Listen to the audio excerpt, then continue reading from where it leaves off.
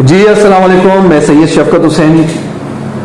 ہر پاکستانی، ہر محب الوطن پاکستانی، ہر باشعور پاکستانی، ہر P T I کا انصافین ٹائیگر کھلاڑی یہ سوچ رہا ہوگا کہ جیل برو تحریک کا کیا ہوا، کیا وہ کامیاب ہوا یا ناکام ہوا۔ میں بتانا چاہتا ہوں سب کو کہ مبارک ہو، الحمدللہ جیل برو تحریک کا پہلا فیز، جو پہلا مرحلہ ہے، وہ کامیابی کی طرف گامزن ہے۔ ہر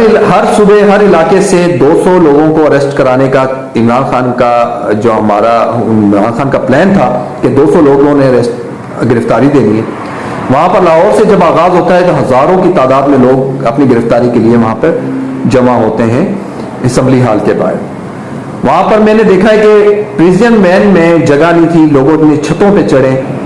کوئی 15 سے 20 وینیں اس طرح لوڈڈ گئی، لے کے گئے وہاں پر۔ لیکن جہاں پر یہ پلان تھا وہاں پر شیطانی سوچ بھی تھی، چالیں بھی تھی رانا صاحب، ثناء اللہ صاحب کی حکومت کی۔ انہوں نے کیا کیا، وہاں پر لے جا کر بہت دور دراز علاقوں میں، مختلف علاقوں میں ان کارکنان کو اتارا گیا، مختلف ایلے بہانے کر کے ان کو اتار کر صرف ان لوگوں کو ٹارگٹ کیا گیا جو عہدیداران تھے، جو ایکٹیو کارکن تھے، ان لوگوں کو انہوں نے کسی طریقے سے بٹھا کر لاہور کی جیلوں میں نہیں،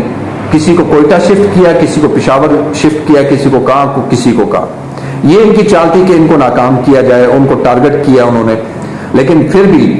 جہاں پر پھر پشاور میں مرحلہ دوسرا شروع ہوا، پشاور میں لوگوں نے بتا دیا، ہزاروں کی تعداد میں انہوں نے یہی چال وہاں پہ چلنے کی کوشش کی، لیکن وہاں پر ان کی یہ چال الٹی پڑ گئی۔ اس چال کو بے نقاب کر دیا کے پی کے پشاور کے غیور پٹھانوں نے۔ وہاں پہ پریزیم وین آئی، اسی طرح لوڈڈ گئی، اس کے بعد آگے جا کے ان کو اتارا گیا۔ وہاں پر وین میں ان کو یہی انہوں نے چال چلی، لیکن پی ٹی آئی کے ورکرز پشاور جیل کی طرف رخ کیا انہوں نے، اور پشاور جیل کے دروازے بالکل بند کر دیے ہیں حکومت نے کہ کوئی بھی اندر نہیں آئے۔ لیکن پھر بھی پی ٹی آئی کے کارکن زبردستی دیواریں پلانگ کر اپنے آپ گرفتاری کے لیے پیش کیا۔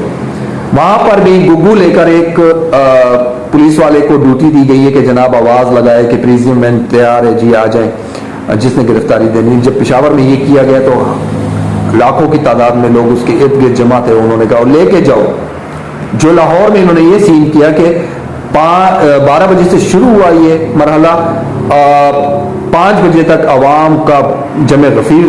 موجود تھا وہاں پر، لیکن 7 بجے جب دیکھا کہ عوام ادھر تتر بتر ہو گئی، آگے پیچھے ہو گئی، اور انہوں نے کر دیا ان کو، تو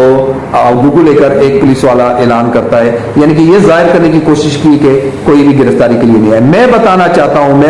ہوں سلوٹ پیش کرتا ہوں ان لوگوں کو جو 2 گھنٹے بھی اپنے جس مہنگائی میں اپنے بچوں کی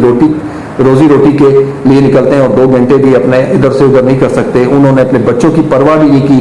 اپنے پیٹ کی پرواہ، اپنے گھر کی پرواہ نہیں کی، اپنی جان کی پرواہ نہیں کی، اور عمران خان کپتان کے ایک کال پر اپنی حاضری دی اور اپنی گرفتاری کے لیے خود کو پیش کیا۔ ان کو یہ بھی پتا تھا ہمارے جان کو خطرہ ہے، ان کو یہ بھی پتا تھا کہ ہمیں جیل لے جائیں گے، کہاں لے جائیں گے۔ یہ سب کچھ کے باوجود یہ ساری چیزیں اشارہ دیتی ہیں امپورٹڈ حکومت کو اور ان کے سہولت کاروں کو، ان فرعونوں کو جو اپنے حکم نافذ کرتی آئی ہے۔ اب عوام قوم جان چکی ہے، ان کے چہروں کو پہچان چکی ہے، سب ننگے ہیں، عوام کے سامنے سب ننگے ہیں۔ کوئی اب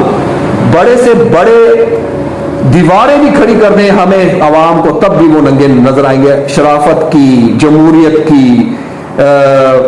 محافظ کی، مجاہدوں کی قربانی کی دیواریں بھی کھڑی کر دینا، تب بھی وہ ننگے ہی ہیں جو اس حالت تک ملک پاکستان کو لا کے کھڑا کر دیے، جنہوں نے اپنے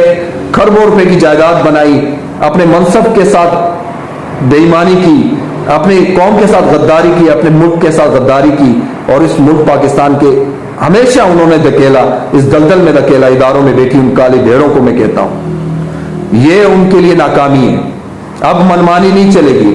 اب قوم جاگ چکی ہے، اب قوم اپنے حق کے لیے کھڑی ہوئی ہے، قوم بیزار آ چکی ہے، قوم تنگ آ چکی ہے، قوم جو ہے اپنے بچوں کو 2 وقت کی روٹی نہیں دے پا رہی، قوم جو ہے بھلک کے خودکشیوں پہ اتر آئی ہے۔ ملک پاکستان دیوالیہ ہو چکا ہے۔ ہمارے ساتھ پڑوس انڈیا بڑے سے بڑی ڈیلیں کر رہی ہے، اپنے عوام کو سہولت دے رہی ہے، ترقی کی طرف گامزن ہے،